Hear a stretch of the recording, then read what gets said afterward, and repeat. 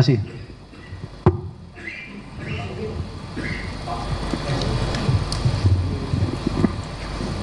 Selamat siang Bapak-Bapak semuanya. Saya Niko Anggriawan dari Kompas TV.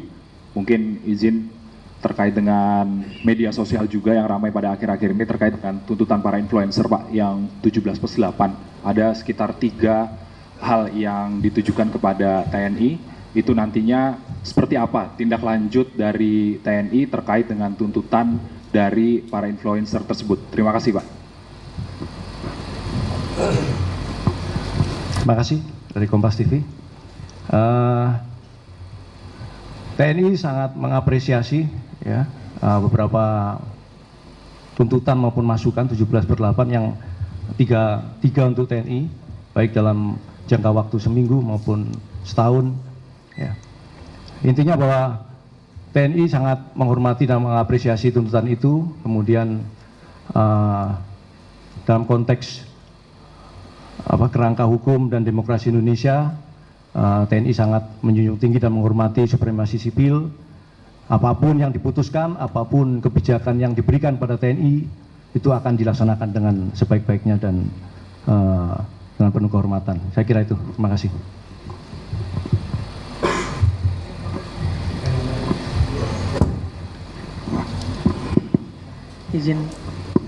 Mohon izin Kapus, Bapak-bapak sekalian, saya Sahrul dari Jawa Pos.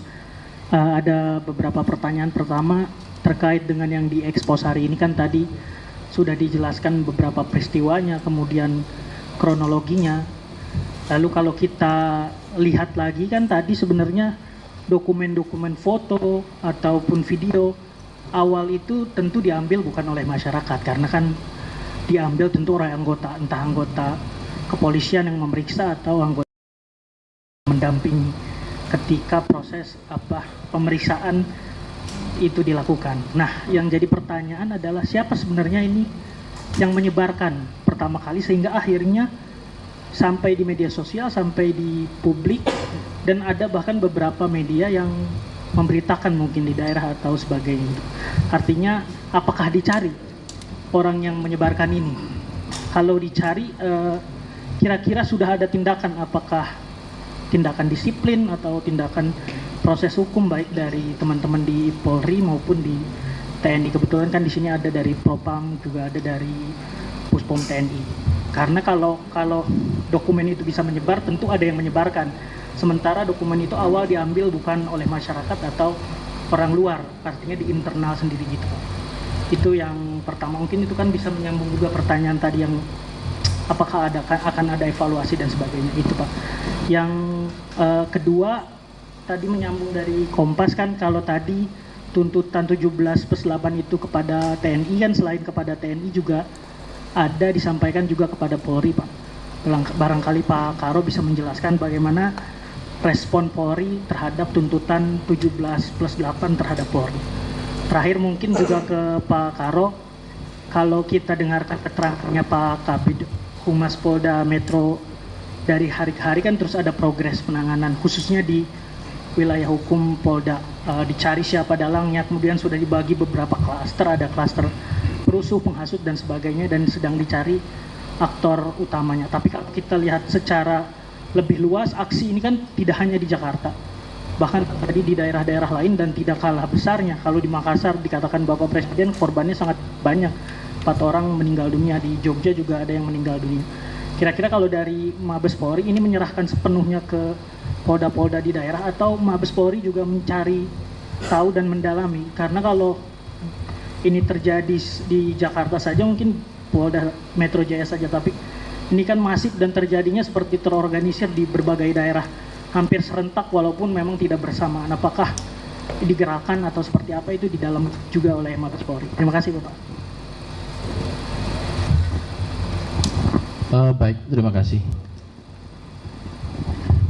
Tindakan kepolisian sejak perencanaan sampai dengan pada pelaksanaan dan pasca konsolidasi tentu melakukan evaluasi secara menyeluruh dan intens, serta juga dalam pelaksanaan tindakan kepolisian itu dilakukan pengawasan baik internal maupun eksternal.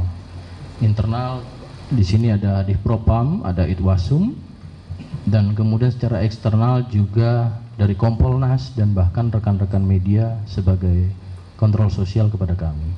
Dan tentunya secara khusus lagi seluruh masyarakat sudah bisa melihat. Yang selanjutnya adalah terkait apa yang menjadi tuntutan dalam era demokrasi. Tentu Bapak Kapolri selalu menegaskan Polri diharapkan menjadi organisasi yang modern. Salah satunya adalah ciri dari organisasi menuju modern adalah menerima kritikan.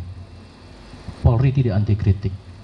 Namun demikian, apa yang menjadi harapan masyarakat tentu ada rasa wujud kepemilikan atau rasa bahwasannya Polri milik masyarakat menjadi bagian. Namun konteks untuk hal ini kami menyerahkan dalam tuntutan tersebut, dan pada prinsipnya Kapolri juga menyampaikan tidak anti kritik. Itu yang bisa kami jawab terkait dengan evaluasi atau apapun. Inilah wujud kami soliditas dan sinergisitas. Sejak awal perencanaan dan pengamanan juga kami sudah dibantu dan TNI membantu kami, dan tentunya harapan-harapan untuk pemulihan keamanan ini pada konteks konsentrasi saat ini kita juga memohon untuk bersama-sama, karena kewajiban di Undang-Undang Nomor 9 Tahun 98 pada pasal 8 kalau tidak salah, peran serta aktif bertanggung jawab seluruh yang juga melakukan penyampaian pendapat.